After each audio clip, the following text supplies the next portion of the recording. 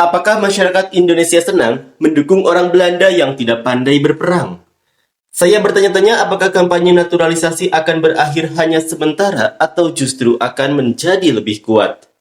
Indonesia beruntung cuma kebobolan 4 gol. Indonesia akan belajar dari ini dan tidak akan pernah banyak bicara lagi. Di Jepang ada Kubo, pemain dari Arsenal, Bayern Munich, Feyenoord, dan Sociedad, serta Nakamura yang mencetak 6 gol di Ligue 1 masih absen. Meski merdeka, mereka kembali ke Indonesia Belanda di bidang sepak bola.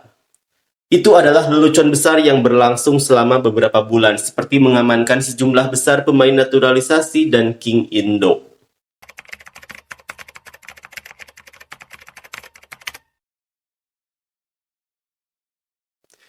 Timnas Indonesia kalah melawan Jepang dalam pertandingan lanjutan babak kualifikasi Piala Dunia Round 3, di mana pada pertandingan tersebut Timnas Indonesia harus menyerah dengan skor 4 gol tanpa balas. Dan pemain keturunan Indonesia menjadi sorotan, pasalnya fans Jepang sangat menyoroti keberadaan pemain keturunan yang selama ini memang menjadi salah satu faktor yang membantu Timnas Indonesia terus meningkat. Seperti inilah komentar fans Jepang. Pelatih asal Korea. Tim Belanda, Indonesia masih merupakan negara jajahan. Belanda kalah. Apakah masyarakat Indonesia senang mendukung orang Belanda yang tidak pandai berperang? Saya bertanya-tanya apakah kampanye naturalisasi akan berakhir hanya sementara atau justru akan menjadi lebih kuat. Indonesia beruntung cuma kebobolan 4 gol.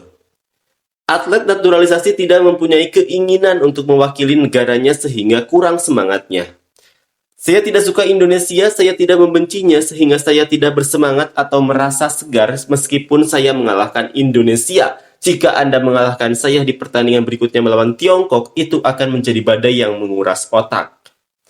Indonesia tidak lemah meski kondisi lapangan terburuk di laga tandang akibat hujan deras. Jepang secara umum kuat dengan beradaptasi dan mencetak gol. Mereka banyak kebobolan gol. Dan mereka semua pemain naturalisasi. Jadi menurut saya, dukungannya kurang antusias. Indonesia punya peluang normal. Jepang sempat terpuruk, namun pada akhirnya mereka keluar kuat 4-0. Jika Anda bisa mencetak 4 gol di lapangan seperti ini, Jepang, Anda bisa mencetak 10 gol di kandang. Indonesia harusnya berusaha semaksimal mungkin dengan membuat seluruh pemainnya dinaturalisasi. Tidak seperti ini, Indonesia terlalu lemah. Apakah kebijakan naturalisasi untuk tim lemah berhasil? Saya tidak tahu berapa kali saya mengatakan ini, tetapi jika Anda bermain dengan Jepang dan mencoba untuk menang dalam pertandingan cantik yang akan memuaskan orang-orang, Anda tidak akan pernah bisa mengalahkan Jepang. Indonesia tidak bisa memanfaatkan karakter Australia yang berlumpur di bagian sebelumnya dalam pertandingan berikutnya. Tiongkok mungkin tidak akan mampu menahan godaan untuk menyenangkan rakyatnya, sehingga kemungkinan besar Tiongkok akan mengikuti jalan yang sama.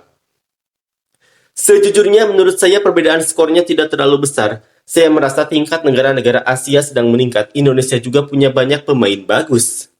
Bukan karena level Indonesia membaik, hanya saja back Jepang terlalu buruk. Jika kami pergi ke Piala Dunia seperti itu, kami akan mendapat banyak kebobolan.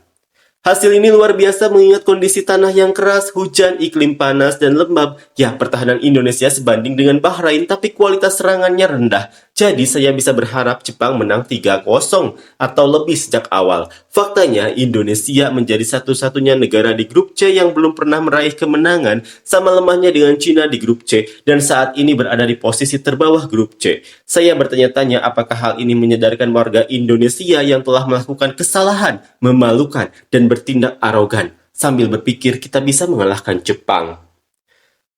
Aku sudah terlalu banyak dinaturalisasi sehingga aku semakin lemah. Bukankah ada orang di Indonesia yang berbicara tentang menghancurkan mereka 10-0? Jika Anda menonton, keluarlah Raja Bawah. Naturalisasi plus pelatih Korea ini lucu karena tidak ada lagi yang tersisa. Indonesia tanpa naturalisasi melawan Jepang kalah 1-3. Naturalisasi lengkap Indonesia dan tuan rumah Ueda, Taniguchi, Hiroki Ito, Naitomiyasu, Jepang dengan Tomo Kubo kalah 0-4. Di Indonesia dampaknya semakin buruk. Akan lebih baik jika jumlah warga yang dinaturalisasi dikurangi dan mendatangkan penduduk asli. Poin ketiga tersisa. King Indonesia terlalu lemah dan saya kecewa. Selamat untuk Indonesia yang menduduki peringkat terakhir. Itu dikatakan di komentar, tapi itu bukanlah permainan di mana ada cukup ruang dalam hal selisih poin. Mungkin ada sedikit hujan, tetapi pada awalnya hal itu didorong ke paruh pertama pertandingan Saudi atau bahkan lebih buruk lagi. Indonesia bermain sempurna hingga akhir, dan menurut saya itu adalah pertandingan bagus yang menunjukkan permasalahan mereka.